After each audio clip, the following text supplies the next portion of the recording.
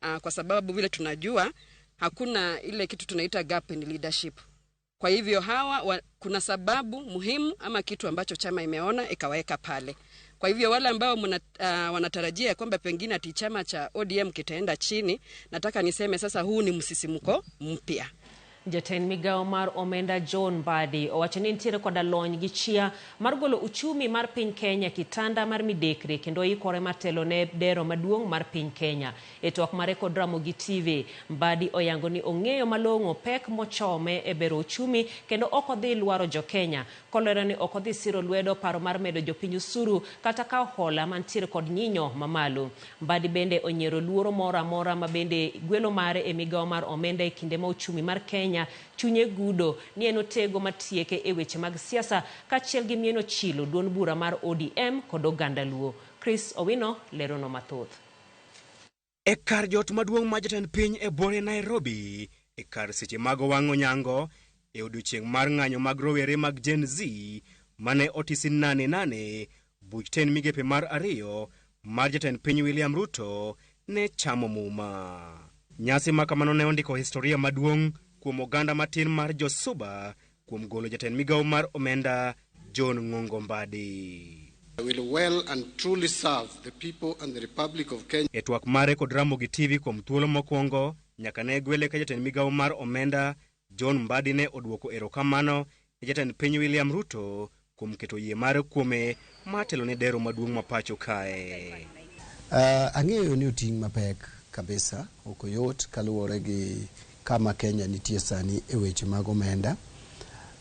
To benda mor ni thuolo makama inyalo miya gi Kenya mangima.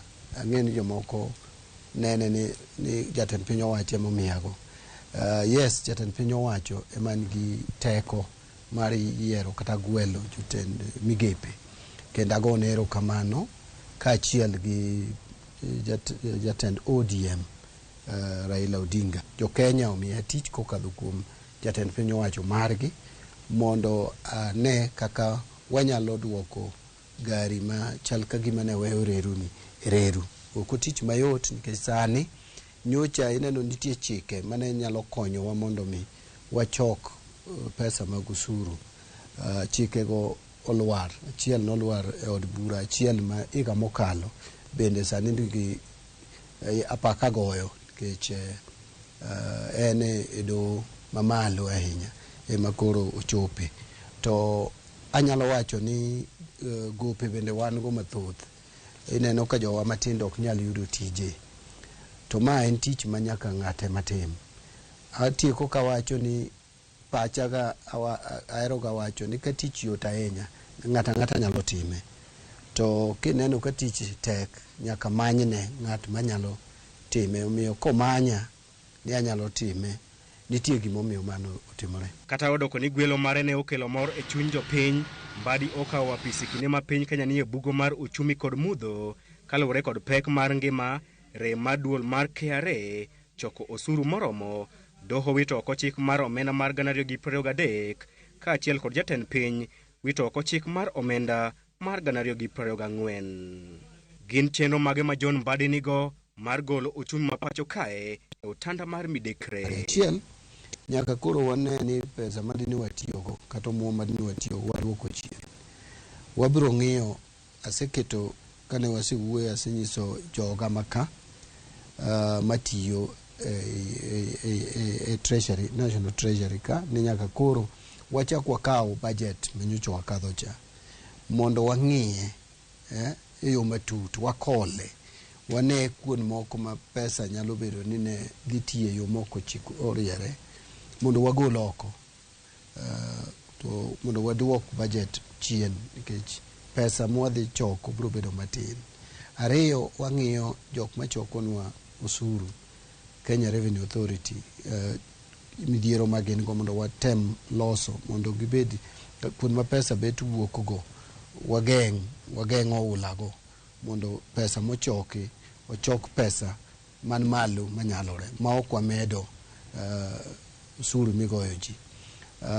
Then bill manene nolwarono be nitie gik moko iye mane ok rach kendo gigo samoro ywaruok ne onge en ka luwore gi mane mamoko mane richo nomiyo koro kata mabeyo koro ne nyaka bende lwar.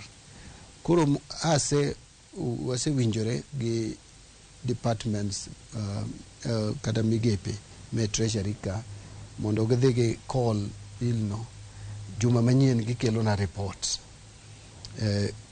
kuon ma nigi mane wanyalo kadho ma ok ohinyo jopiny, chike mwanyalo kadho mok ohinyo jopiny mondo watere od bura. Ok ochuno nyaka watere ka giriwore ni finance bill, wabiro tero moko mang'iyo weche mag income tax, weche mang'iyo value added tax, weche mang'iyo excise duty, kamano. Koro wabiro tero gi od bura to gi pach jopiny bende nyaka wakaw motegno to watero gi od bura to wakadho gi mondo konywa mondo wachak wayud kaka wachoko usuru moko. Gwelo mare ne okelo luoro e chuny moko kuom jopiny mane neno okang' makamano kaka otego mar tieko mbadi kod duond bura mar ODM, ponono ni weche ok odhi kare. Kata kamano, John Mbadi to ni kod paro mopogore. Kaka wachopo ka bende wang'eyo. So ok apar ni en mtego moro amora kata tegu moro amora moketi. To bende tich momiya ni ok omiyago ni samani ofisni, ok ani ofisni kaka jaluo, ok achung' ne joluo ofisni. Bende ok achung' ne ng'ata moro kata party. To an kaka ja Kenya manyalo tiyo maber kata tiyo marach.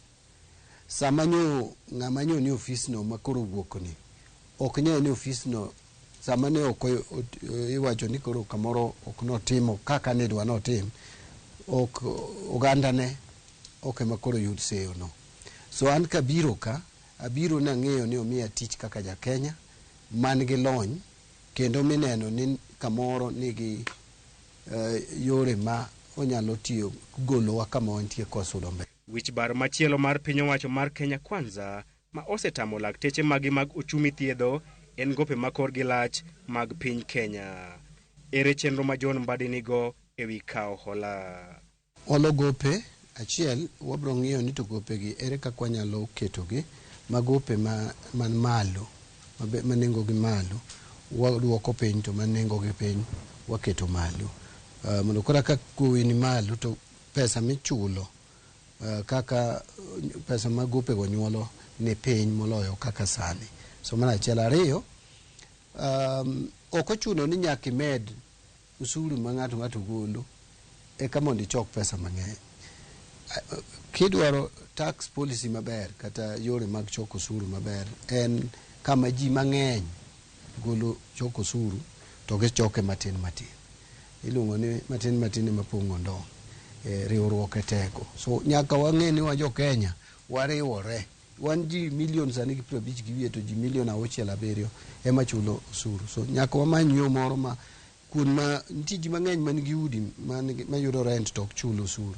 Wadwa ni gigi watieki walor mondo ng'ato ichamo mari to sirikal be yudo mare matin.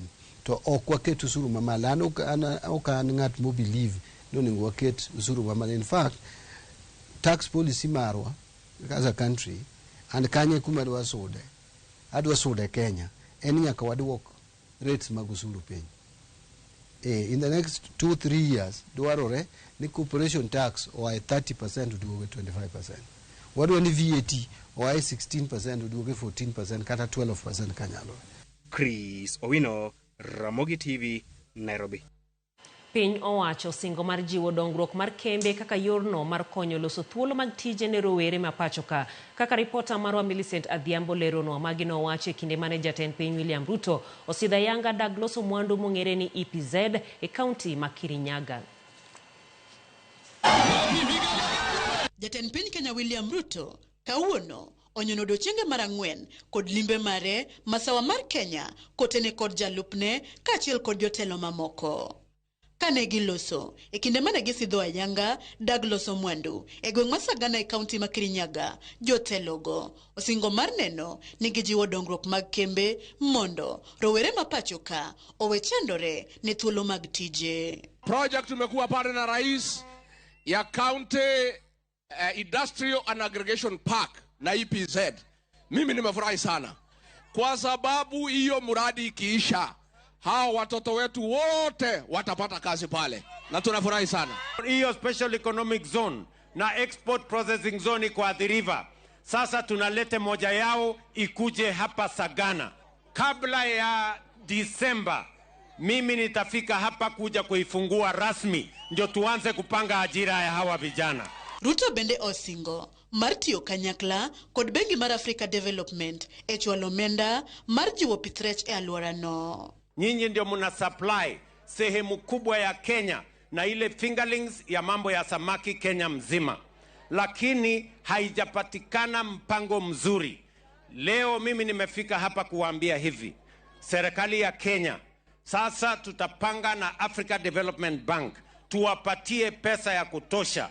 Ile fingerlings mnazalisha hapa 1,000,000 tunataka kufikia mwaka ujao. Jatend piny bende oyango ni sirikal omedo omenda mag siro somo e mbalariany nyaka siling bilion 52 mondo jopuonjre duto nyaka mawuok e anyuola mochando oyud thuolo mag somo. Tumeongeza pesa ya watoto wetu wa university. Tumeweka bilioni 52 kwa Higher Education Loans Board.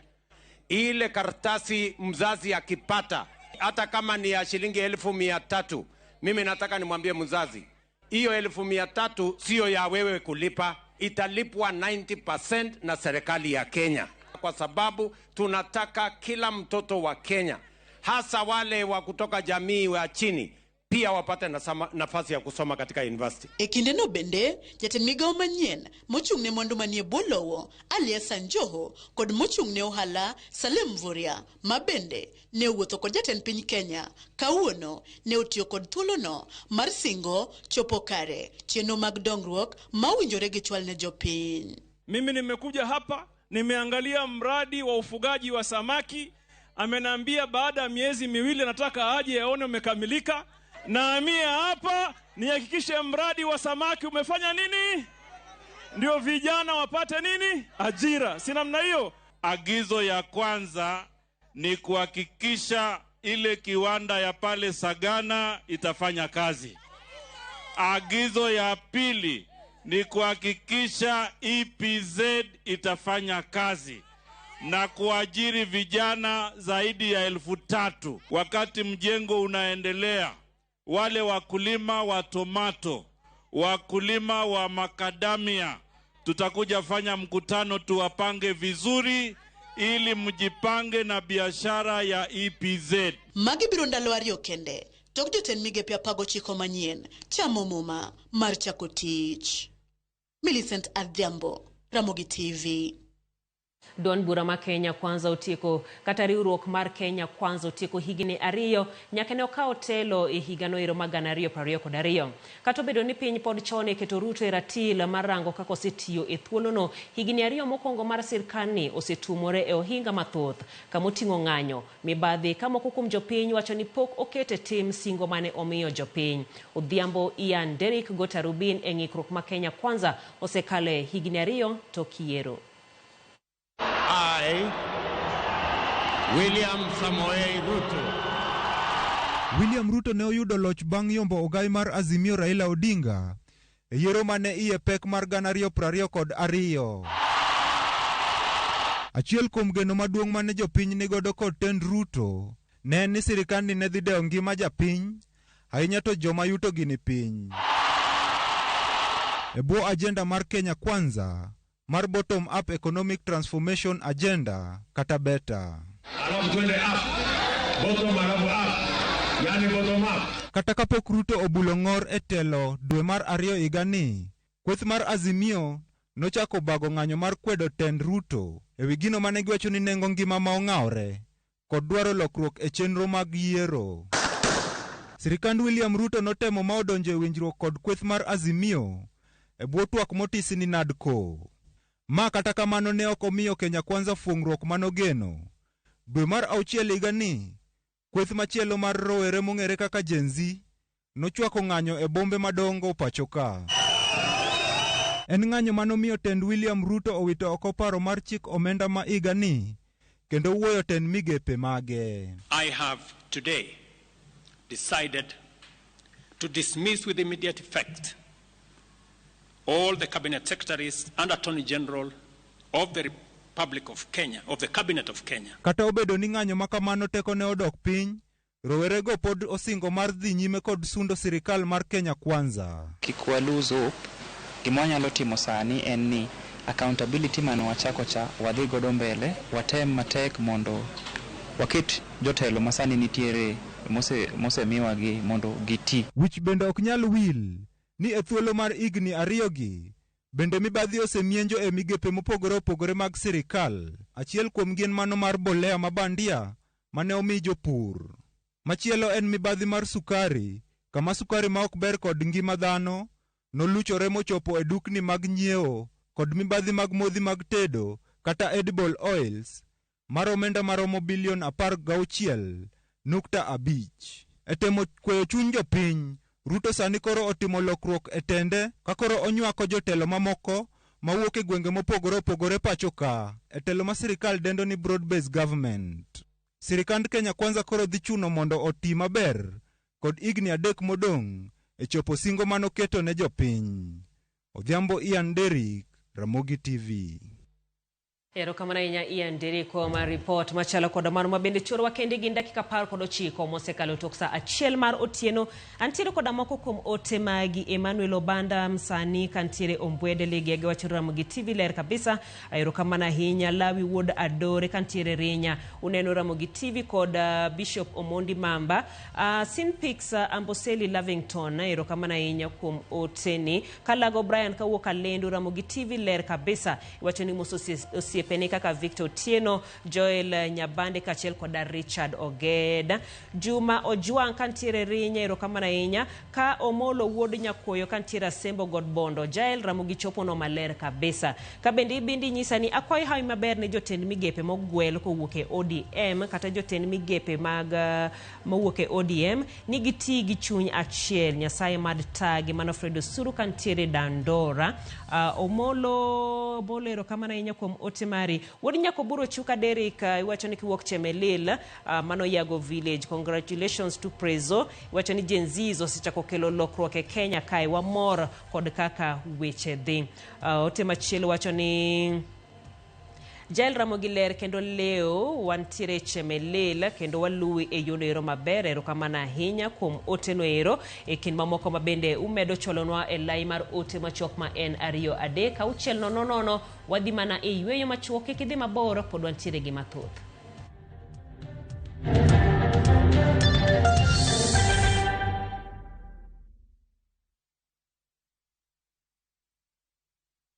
If you're flashing I am here and I am not calling back, it is because I am a runner and I ran out of airtime.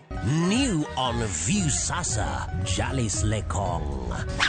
Due to public command, I come to real life now. A marathoner who can run through your ribs with his humorous lines. Even when I met my wife for the first time, I ran out of words, I ran out of breath, then I ran crazy for her. Now I jump into conclusions. Enjoy these hilarious and entertaining stories of Jalis Lekong. Yani, ikitikwa makuna. Exclusively on View Sasa. Thank you very much. Karibu tena, asante sana.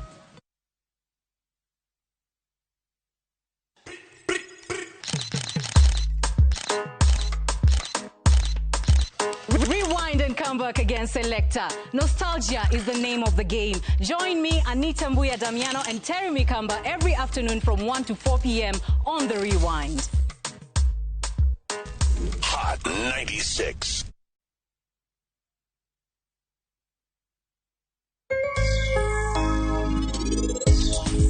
Ano marcaño?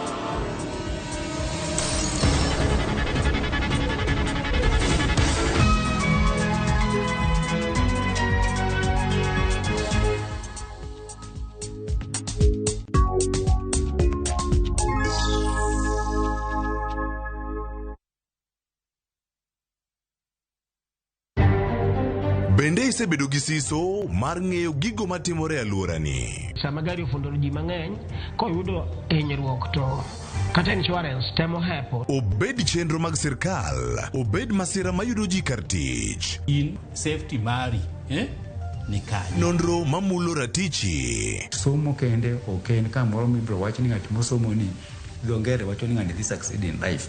Wuok tich ka wuok tich. Iyudo curriculum design uchinj. E chenro mar rameny piny, sa achiel gi nus otieno. Wan oganda luo nyaka wakoro waneni to be wanyalo bedo gi kembni. Nyise oganda jo Kenya gimonjo be ni giwinjo kuomi. Ka ikelo nigi Lydia Okeyo. Akoro mbajo ng'ato ak mar rameny piny. Chick by.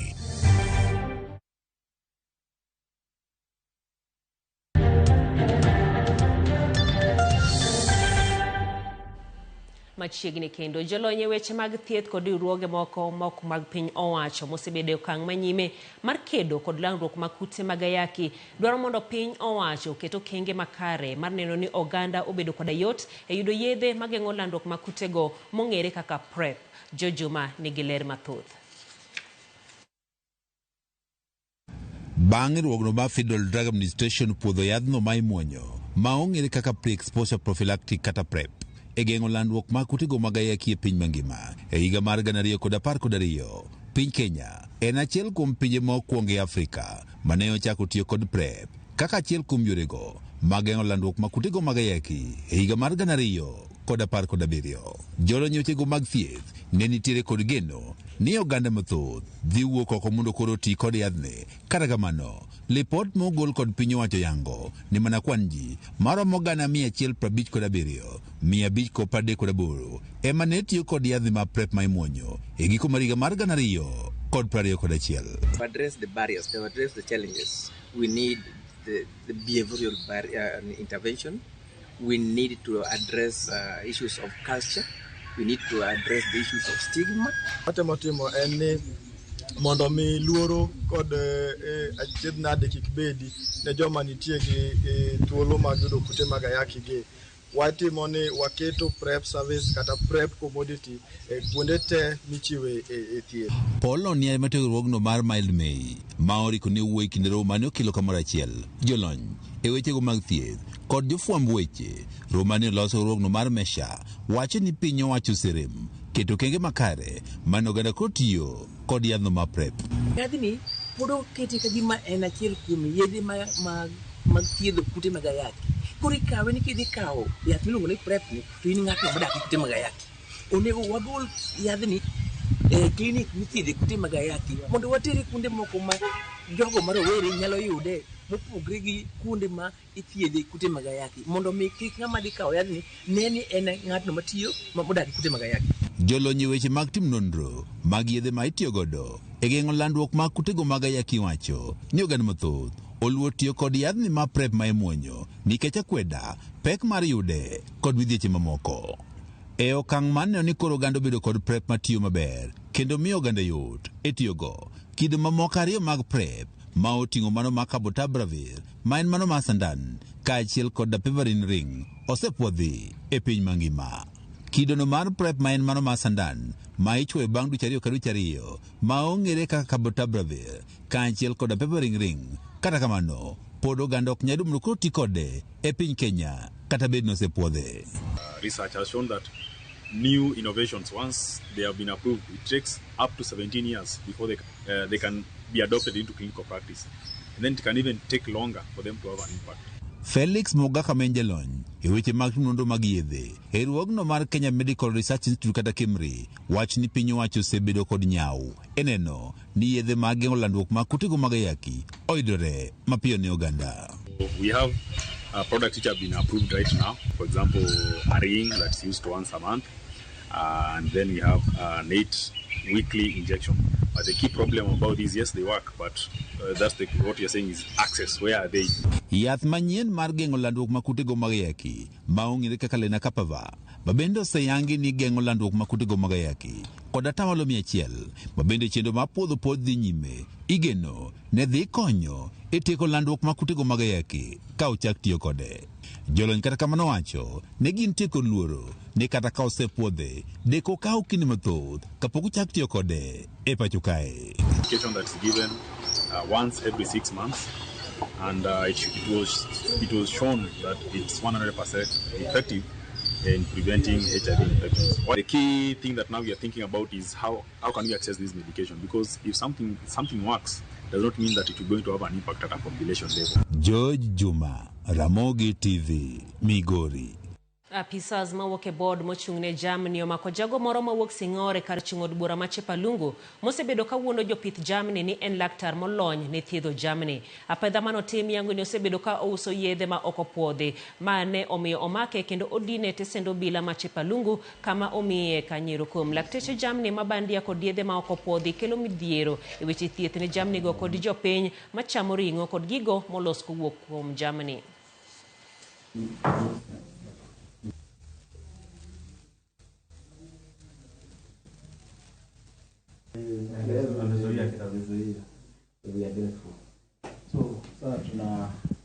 We managed to visit and actually managed to get the suspect who was actually in the process of going to treat animals.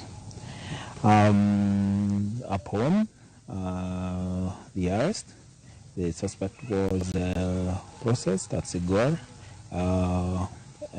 police station, where assorted prescription-only consignment of drugs was found.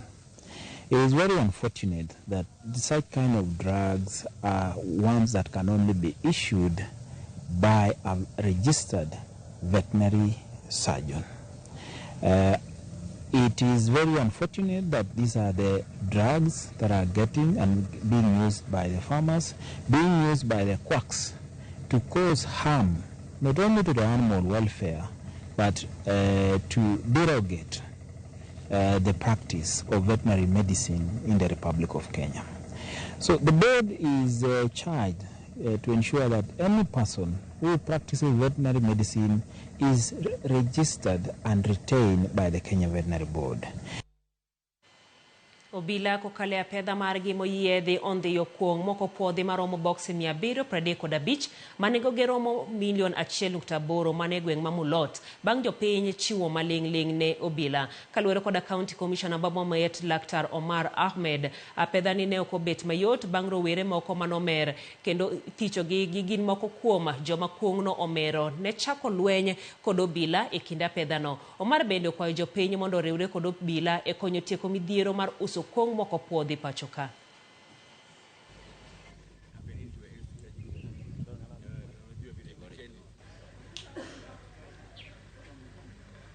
Katika kushughulika OCS na timu yake wakaenda wakanasa pombe box 735 zenye ziko na pombe aina ya mvinyo ya brandy,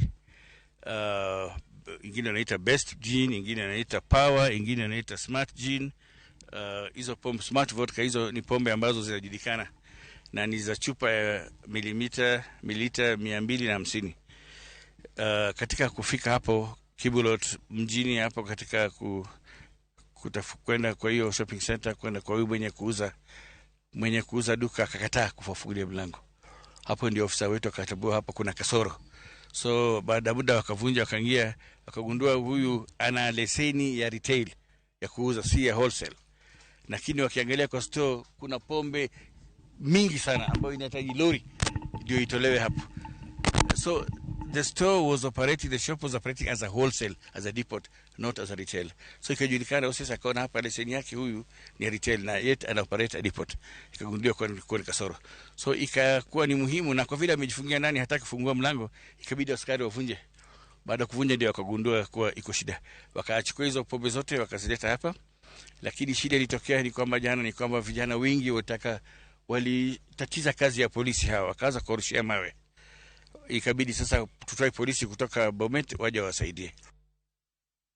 Gavana Malaikipia Joshua Irungo kwayo johala gi jopith makono mondo chakiore moko mag chugo thuolo mag tije ne jodaka to moloyo ne rowere. Koloso na nyuki nyasi mar jombro rowere, Irungo wacho ni oyie mar twag gi kuonde puonjo tije mag lwedo mar golo oko obadho mamono rowere somo tije makamago. Ochako ayanga chendo mar siro somb rowere e skunde kod kuonde tiegruok tije lwedo. Apisa mar rowere kod kit chweche kaunti no Jacinta Kore osingo ni gibiro neno ni gimedo siro rowere yudo lony e tije mag lwedo kachiel gi tudo gi e kembe mandiko ji e tije.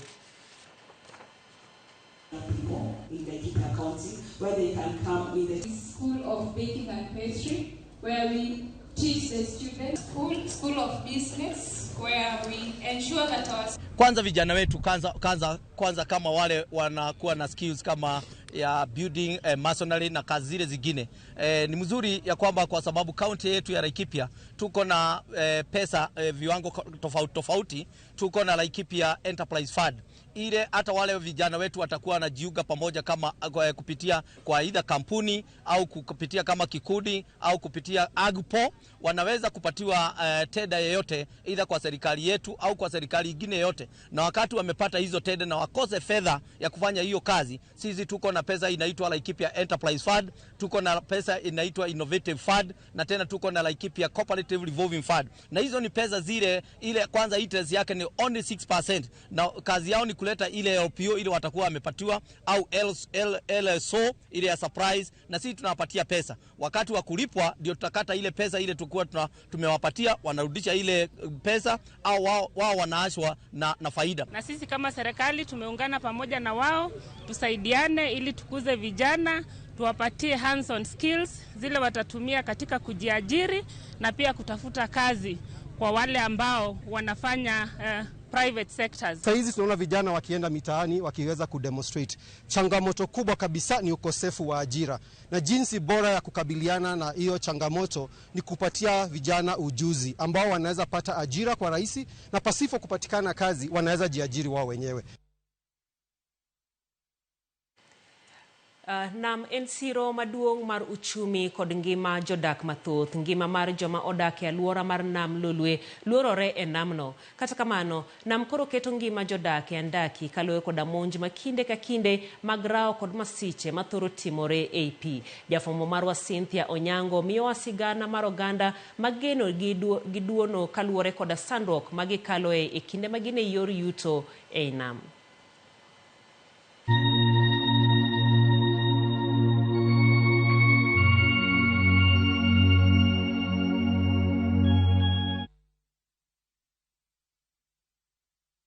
Dhowath Mabau, achiel kuom dhowedhe ma okiewo koda sat kaachiel kod othany e kar chung' od bura Maseme.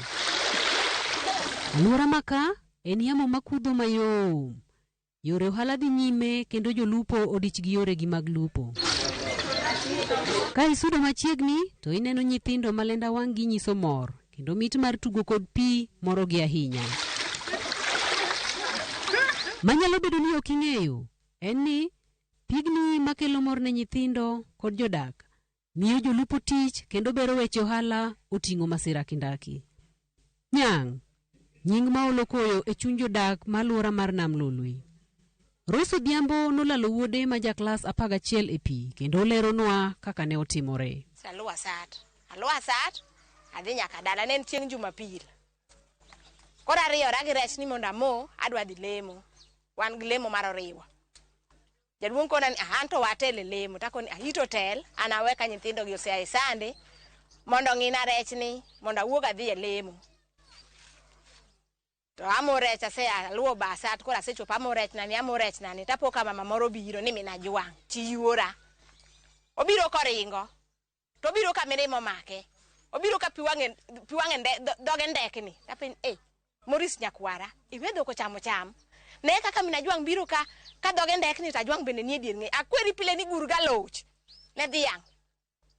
To kani madedong' na gur. To ne kaka koro mina jwang' biro. To ka mina jwang' biro kona ni Mindori, iseana, naseana. Imo rech, ni ayudo rech moko matin kagomena. Ni to karang'o timore na. Rose lero ni gik moko duto ne ni kare kendo kata mana muoch ma jakayo miyo e kinde ma gimoro otimo nyathine ok ne okae. Ok iwinjo ni gimoro timore kono ok awinjo.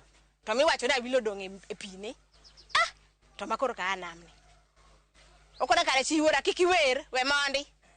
Ang'eni to kidhi ywak idhi jagori gi wer we mondi. Sama we mondi matin ni to jibiro dala. Koro joma ringo jibiro. To kona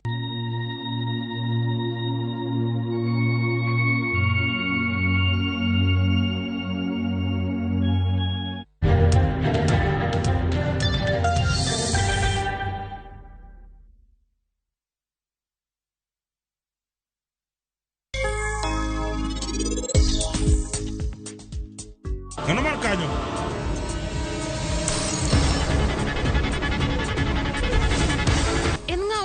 morucho ranyisi.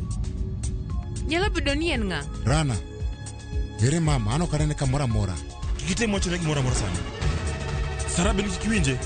Ang'eni meher biro bedo gimor mang'eny. Kapo ni en bro ng'e adier. Kose ni dwaro. To kapo ni Sarabjit ong'eyo gimora mora matimre. To ka Sarabjit bo nyiso mer weche gite. Mer bo kelo weche mang'eny.